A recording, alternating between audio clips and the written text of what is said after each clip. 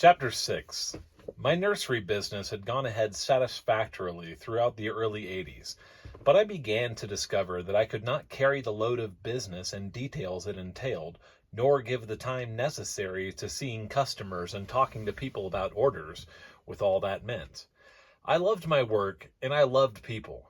There was never a time when a man was merely a customer to me, unless it was when he failed to pay his bill, and then I usually just cut him off the roll.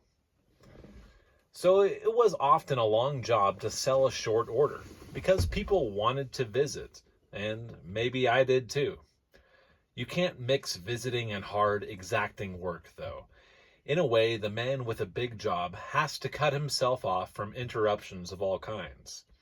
This seems particularly true to me now, when newspapers and magazines have made people accustomed to knowing about everyone and everything, so that they don't feel it is out of the way to ask questions and poke around. I don't blame them. I never could see a man operating a steam shovel or a structural iron worker swinging on a girder high above the sidewalk, or a woman running a newfangled electric ironing machine without stopping to watch and wanting to ask something about the how and the why of their jobs.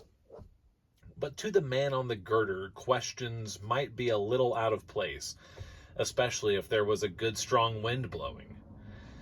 I found I had to fish or cut bait, as the saying is, and I decided to cut the bait. If I supplied the varieties and worked out the problems, there were plenty of people handy at selling. Presently, I disposed of half of the nursery business and later got out of it entirely. I went at my work in the experimental grounds, and by 1893, I had a bombshell to explode. It took the form of a catalog, under date of June 1893, and its title was New Creations in Fruits and Flowers. Inside the cover page, I made the following announcement. The fruits and flowers mentioned in this list, and to be mentioned in succeeding lists, are more than new in the ordinary sense in which the word is generally used.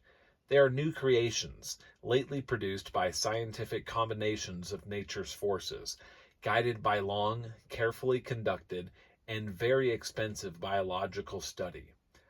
Let not those who read suppose that they were born without labor. They are not fondlings, but are exemplifications of the knowledge that the life forces of plants may be combined and guided to produce results not imagined by horticulturalists who have given the matter little thought. Limitations once supposed to be real have proved to be only apparent barriers, and, as in any of the dark problems of nature, the mental light of many ardent, persevering, faithful workers will make the old paths clear, and boundless new ones will appear by which the life forces are guided into endless useful and beautiful forms. We are now standing just at the gateway of scientific horticulture, only having taken a few steps in the measureless fields which will stretch out as we advance into the golden sunshine of a more complete knowledge of the forces which are to unfold all the graceful forms of garden beauty and wealth of fruit and flowers for the comfort and happiness of earth's teeming millions. Nowadays, when we are accustomed to picking up the daily paper and reading that some heroic flyer has just crossed over the North Pole, or that a biologist we never heard of has found a new vitamin, or that a machine has been invented that will transform the business of keeping food iced in our homes, we might not be more than passingly interested in the announcement that a horticulturalist has created a new kind of pear that would put all the known pears into the shade. In 1893, things were not moving quite so fast, and a claim like mine made quite a loud noise in the sedate and mannerly period when the White House was occupied by President Cleveland and when Queen Victoria still had several years left of her long reign. Prior to this, I had sold several new varieties to the public or through big nurserymen, but here was a wholesale bulletin proposing to dispose of almost 100 absolutely new plants, flowers, berries, and trees together with complete rights and control, in each case, so that the buyer could be sure that he would have no competition. The list began with the hybrid walnut, which I called the paradox, because it was a paradox that a hardwood lumber tree could be produced to grow as fast as the most rapid growing and short-lived variety. The catalog said of this tree: the first and one of the most interesting of the hybrids produced among walnuts, budded 6 years of age, are fully twice as large, broad, and tall as black walnuts at 10 or Persian walnuts at 20 years of age. The leaves, which are from 2 feet to a full yard in length, are clean cut, glossy, bright green, and have a surprising sweet odor resembling that of fragrant apples, and as powerful and peculiar as that of roses and lilies. They scarcely believed that one, but they went away convinced if they ever saw it. There were 4 new quinces, 10 new plums and prunes, a large list of berries, a number of flowers, including the first double gladius ever known, with flowers closely arranged around the spike like a hyacinth, and my silver lining poppy, which instead of being crimson and black on the inside, is a glistening silvery white, the outside retaining the same brilliant crimson as its forebears.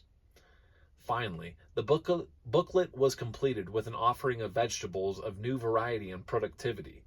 Near the end of the book, too, I find there was a picture of the blossoms of the cross with which I was then experimenting between the apricot and the plum. The first public reference, I guess, that was ever made to my plumcot. In a statement at the end of the book, I set down my whole theory of plant development, summing up all my knowledge and experience in a few sentences, and laying down the law in these words. There's no possible room for doubt that every form of plant life existing on this earth is now being and has always been modified, more or less, by its surroundings, and often rapidly and permanently changed, never to return to the old form. When man takes advantage of these facts and changes all the conditions, giving abundance of room for expansion and growth, extra cultivation, and a superabundance of the various chemical elements in the most assimilable form, with generous light and heat, great changes sooner or later occur according to the susceptibility of the subject. And when added to all these combined governing forces, we imply the other potent forces of combination and selection of the best combinations. The power to improve our useful and ornamental plants is limitless. It might be a good thing for you to have in your minds, along about here somewhere, that there is a great controversy among scientific people concerning the answer to this question. Do our changing racial and individual traits, observable throughout the whole realm of life, both past and present, come to us by inheritance? Are the seeds all contained in the minute organisms from which life springs? Or, on the contrary, do we acquire new characteristics from our situation or necessities, our environment, and pass those new tendencies or abilities or powers onto our children? The question is whether all changes which we notice in successive ages of life development are traceable to heredity alone, or whether we can inherit acquired characteristics. The man who believes the former says that the loyalty, fidelity, and good nature of a fine police dog were contained somewhere, perhaps only potentially, and not at all developed, in the wolf from which that police dog finally sprang. The man who believes that acquired characteristics can be and are inherited maintains, instead, that a pair of savage wolves can be caught and somewhat tamed, that their puppies can be raised in domestication and made a trifle less savage and treacherous. that after generations and generations, the characteristics of gentleness and good nature and fidelity to a master become so impressed on the succeeding generations that there emerges finally a police dog which is only distantly like the original wolf parents, having acquired so many new characteristics and passed them on, bit by bit, in the bloodstream, that the police dog is practically a new species of animal. There is a great deal more to this controversy than my bare outline suggests, even. But perhaps this statement is enough to explain the fundamental proposition disputed and to make clear what I am going to say in connection with my claim that I had produced new creations in fruits and flowers.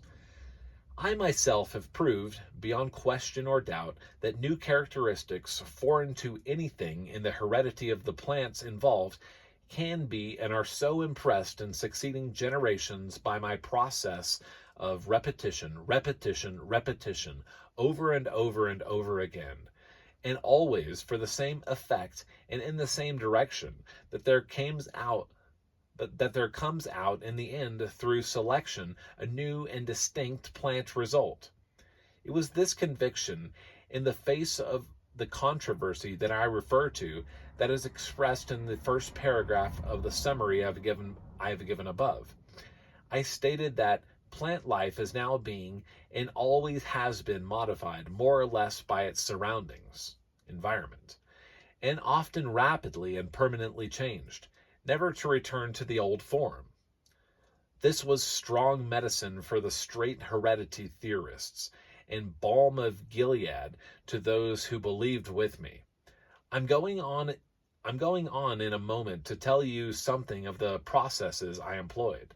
In the meantime, the catalog had another far-reaching effect that was sensational and unheard of before. This was the amazement and indignation with which many Orthodox people received the claim of a man to new creations. I could see, and did see, that the term would be examined critically, but it had not occurred to me that it would be considered blasphemous. Not that it would have caused me to use other words if I had foreseen the storm.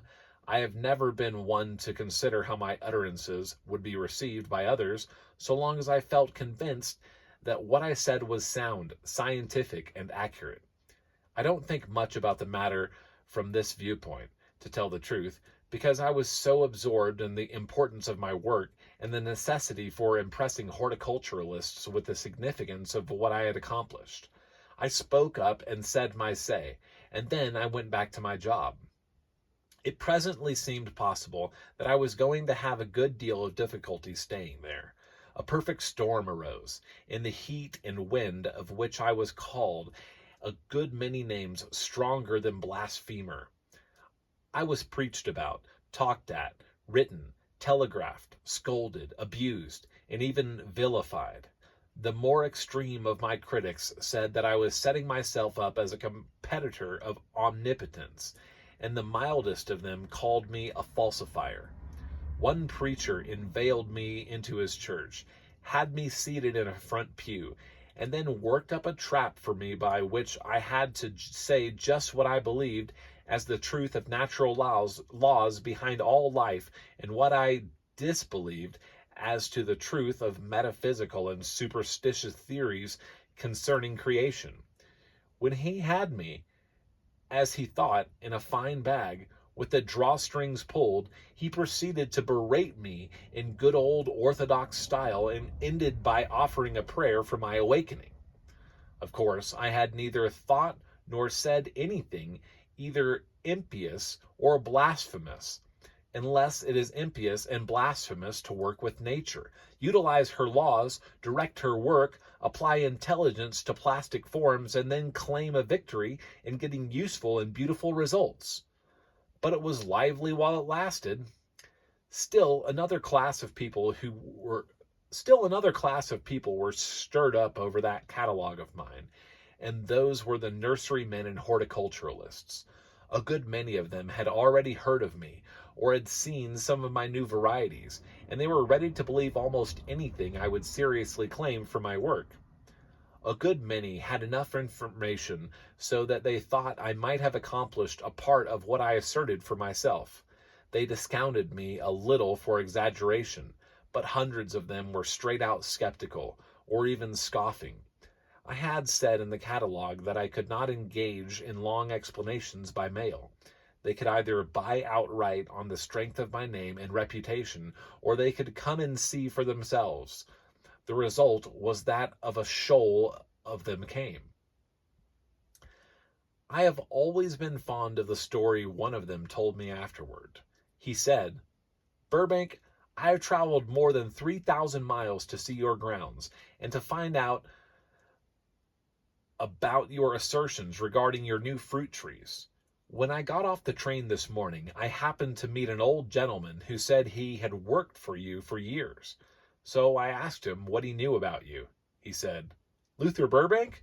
Why, I know all about him. He used to have a big nursery, and he did well at it, but he sold out. And now he raises acres and acres of all sorts of stuff and waters it and tends it and cultivates it through the spring. Then, when the summer comes, he hires most of it plucked out and burned.'" Burned? Do you ever hear such foolishness? "He got a lot of trash left and talks about selling it, but I wouldn't give him $50 for the whole kit and boodle." That's Burbank. This Eastern nurseryman laughed as he told me the story. I went around the place with him and showed him what I had, and he listened with more and more interest as we passed up and down the rows, and before he left, he selected 7 plants out of my whole list of new creations. He paid me, cash, $6,000 for them. He was satisfied with his bargain, too.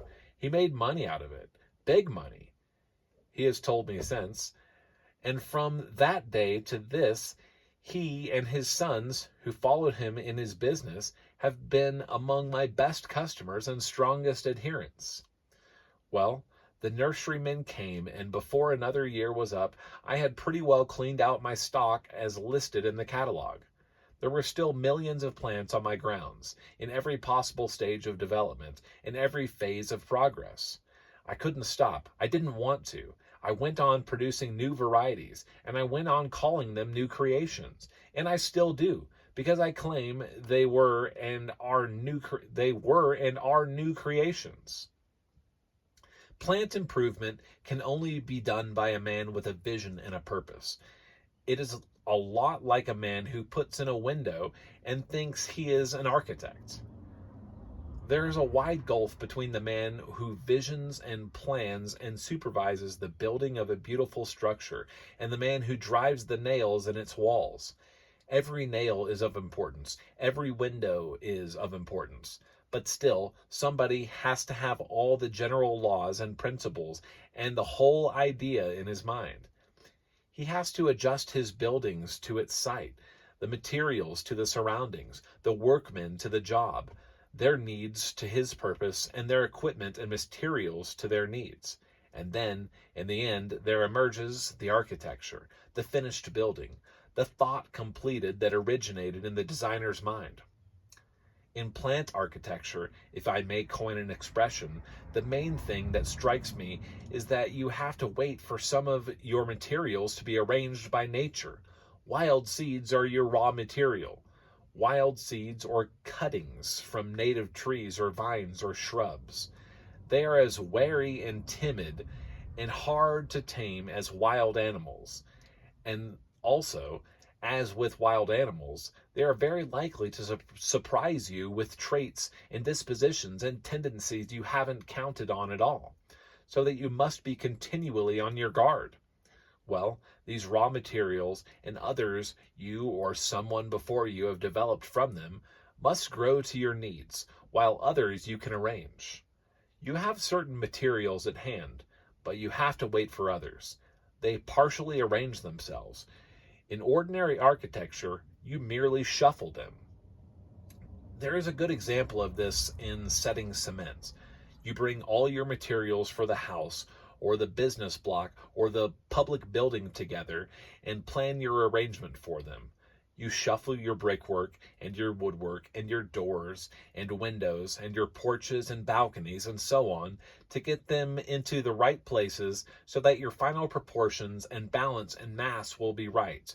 But with all this, as soon as you start working, you have to wait for your cement to set before you can go on with your fine design. That is the way it is. That is precisely the way it is with the work of the plant developer. Some of the most important and valuable work has been with the plum. When I began, the plum was small, usually acid, generally unfit for shipping, often with a large stone, and sold in America in a limited number of varieties. I wanted to get a plum that would ship, a plum that would dry well, what we call a prune, because the French call it that, a plum that would be beautiful and delicious, a plum that would be large, a plum for canning, a plum with a small pit or none at all, and so on. My designs were pretty carefully worked out. For instance, as regards the shipping plum, the plum developed to be picked from the tree and eaten right there, or within a few hours in the house, was quite a different thing from the plum that could be picked, packed, shipped, delivered maybe thousands of miles away, unpacked, sold, carried home, and finally eaten fresh. You can see that. The variety for home consumption could be soft and juicy the minute it was ripe. The shipping plum had to be soft and juicy and delicious after it had traveled half as far as did Nellie Bly. And this couldn't be acquired by accident or chance. It had to be studied and the specifications pretty carefully written. For shipping, it was necessary to have the trees bring their fruit to the proper stage of ripeness all at once. It would never pay an orchardist to go over and over his orchard, picking the plums that were ready and letting the others hang. Why, a man would starve to death with that sort of an orchard. His pickers would cost him more than his orchard was worth. You should be able to go right through the orchard when the time came and clean it up and cash in on the harvest. Now you have a notion as to the ground plan of just one plum. It was necessary to find parent stock that would contribute the proper blood strains, one for firmness of flesh and juiciness, one, perhaps, for sturdiness in the tree, one for that characteristic of coming to perfection all at once. It was a case of choosing my materials carefully, then, by crossing, to get the beginnings of the building. But after that, the scaffolding had to come away. I had to select and select and select for the qualities I was after. And it was a long and expensive job because a plum tree is not like some flowers. It will not take root and grow and bud and blossom and bear fruit all in a month or two, or even in several years. The shortcut I used, of course, was to bud well-established, sturdy trees with buds from the crossed seedlings I produced. Many men had worked at this, more or less. Here's where I used the wholesale plan. Instead of trying one or two buds, or crossing for one or two results, or growing half a dozen seedlings, I would choose 20 varieties, grow 50,000 seedlings, and bud hundreds of buds. More than that, I made my old parent trees work. Sometimes I would bud as high as 300 buds into one tree. It was new. It was startling to many, but it hurried nature along. It brought results. But not all at once, even then, by no means. Take the effort to get a stoneless plum. Remember that man can only utilize nature's methods. He cannot alter or amend them. The man can plan the work, but he can't induce the plum to drop its stone all right away.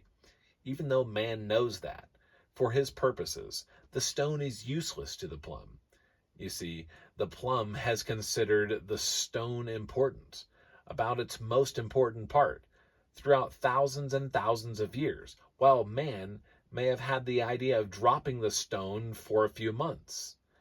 The wolf cannot be tamed in a minute because he has 10,000 years behind him that put a premium on his wildness.